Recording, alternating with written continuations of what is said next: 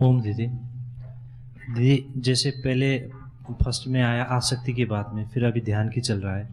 तो दीदी जो आपने बताया कि जैसे जो हम देखते हैं, देखने और दिखने वाली चीज़ एक नहीं हो सकती। तो जिसने जान लिया कि जैसे जिसने जान लिया कि मैं शरीर से अलग हूँ, तो शरीर में जो भी हानि हो कुछ फर्क नहीं पड़ेगा। तो इसमें दो प्रकार के लोग हो सकते हैं। शरीर में कुछ भी है तो जैसे आपने बताया शरीर के बारे में, जैसे कुछ है या जैसे भी शरीर का रूप है उससे उनको कुछ फर्क नहीं पड़ेगा। और जैसे आपने बताया ना, जैसे उनको लालच आसक्ति नहीं ऐसे हो। तो मैंने नहीं कहा था कि उनको फर्क नहीं पड़ेगा।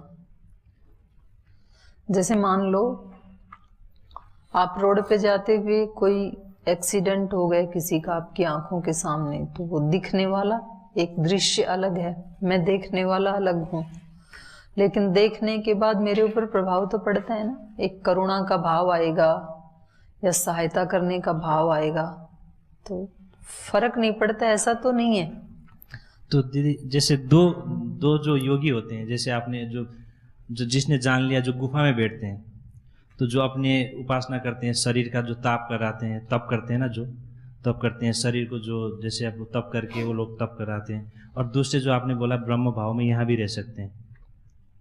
तो आपने एग्जाम्पल भी दिया था कि जैसे एक शादी से जा रहा था तो उसको पता भी नहीं चला, वो धनुष बना रहा था, उसमें वो व्यस्त। तो दीदी अगर यहाँ जो भौतिक जीवन में अगर वो जैसे लोग होंगे, तो लोग तो डिफरेंट एबल बोलेंगे ना उसको, तो मेंटली डिसेबल जैसा स्लो हो जाएगा ना, वो तो कुछ कार्य जैसे करेगा। बोलने दो, तो उसको कहाँ परवाह है कि लोग क्या बोलेंगे। तो अपने भाव में ही रहेगा। और दूसरा जैसे जो ना पहले इसको क्लियर कर लो, भागो मत, पहले एक को तो क्लियर कर लो। सबसे बड़ा रोग क्या कहेंगे लोग, मतलब व्यक्ति जीता ही इसमें है। मेरे को लोग बुरा ना कहें, मैं अंदर से बुरा रहूं तो कोई बात नहीं है। साधक का उल्टा होता है, लोग उनकी जैसे संस्कार हैं, जैसे उनकी मानसिकता है, विचार है, जो मर्जी कहें, मुझे वैसे जीना है जैसे जीना चाहिए। वो ऐसे तो सभी को ही कहते हैं, ईश्वर भक्तों को भी कहते हैं, देश भक्तों को भी कहते हैं। तो वो किसी राष्ट्रभक्त ने कहा था ना, उनको पागल कह, क्या पागल हैं इतने नौजवान होकर के, अपने घर बार को छोड़ करके और शहीद होने के लिए तैयार हैं, फांसी पे चढ़ने के लिए तैयार हैं, पागल हैं ये। वो इन्हीं क्या था, वो इन्हीं बिगड़े दिमागों में भरे आनंद के लच्छे हैं, हमें पागल ही रहने दो। साधक भी ऐसे ही बोलता है, उनको लोग पागल समझते हैं, वो लोगों को पागल समझता है। या निशा सर्वभूतानाम तस्याम जागृति संयमी, उल्टा ही होता है ना। वो कहता है कि ये संसार के लोग पागल हैं, मुश्किल से तो मनुष्य का जीवन मिला था और इसमें भी लगे हुए हैं, पता नहीं नष्ट होने वाली चीजों के पीछे, अनित्य वस्तुओं के पीछे भाग रही हैं, जिनसे कभी संबंध आज तक नहीं हो पाया जिस संसार के साथ, उसी को फिर दोबारा इस जन्म में भी बनाने की कोशिश कर रहे हैं। कितने जन्मों में बनाया संसार के साथ संबंध, मगर संसार रहा कहाँ, छूट गया हर जन्म में। इस जन्म में भी उसी में लगे हुए हैं। तो कहते हैं कितने पागल हैं।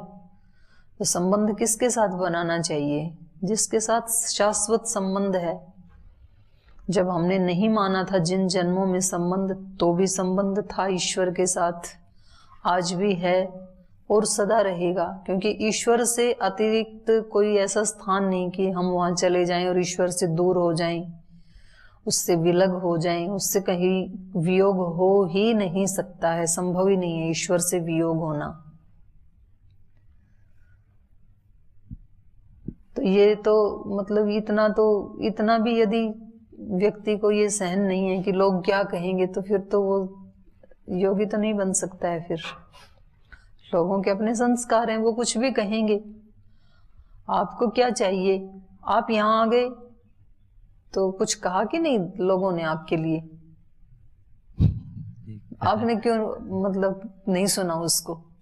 आप यहाँ आ गए, विवाह शादी नहीं किया, नौकरी नहीं की, घर में नहीं रहे, ब्रह्मचारी बन के आ गए पतंजलि योग पीठ में, तो कुछ लोगों ने तो कुछ कहा ही होगा, तो आपने क्यों उसको नजरअंदाज किया?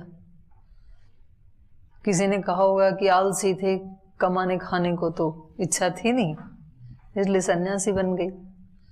किसी ने कहा होगा कि ये तुम आपके घर वालों को, तुम्हारा लड़का तो मोड़ा बन गया, सन्यासी बन गया।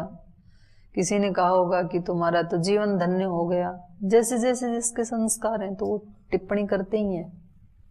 तो आप लोगों ने क्यों परवाह नहीं की?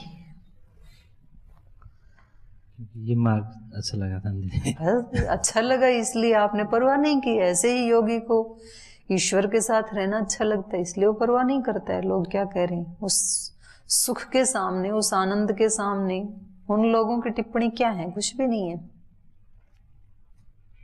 दीदी जैसे दूसरे जो योगी जो तप करने जाते हैं ना, तो जैसे उपनिषद में बोले ना, अंधम तम प्रविशन्ति या संभुतिम उपासते तत्भुवै या संभुति अमृता।